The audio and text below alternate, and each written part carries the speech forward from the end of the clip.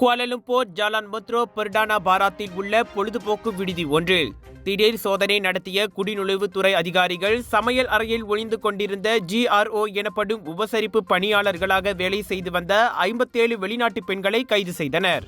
இவர்களில் பலர் தங்களது கணவர்கள் உள்நாட்டைச் சேர்ந்தவர்கள் என்று கூறிக்கொண்ட போதிலும் குடிநுழைவு அதிகாரிகளை ஏமாற்றுவதற்காக அவர்கள் கையாண்ட வியூகம் அது என கண்டறியப்பட்டது. இரவு 11:30 மணி அளவில் மேற்கொள்ளப்பட்ட ஓப்ஸ் ககார் நடவடிக்கையில் அவர்கள் கைது செய்யப்பட்டனர்.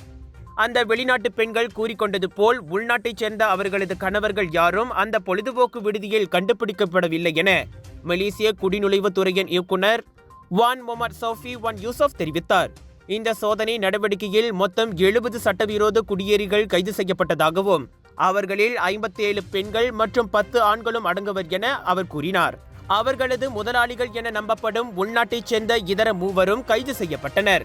கைது செய்யப்பட்ட வெளிநாட்டு பெண்களில் 46 பேர் தாய்லாந்தைச் சேர்ந்தவர்களாவர். இது தவிர 8 வங்காளதேச ஆடவர்களும் கைது செய்யப்பட்டனர்.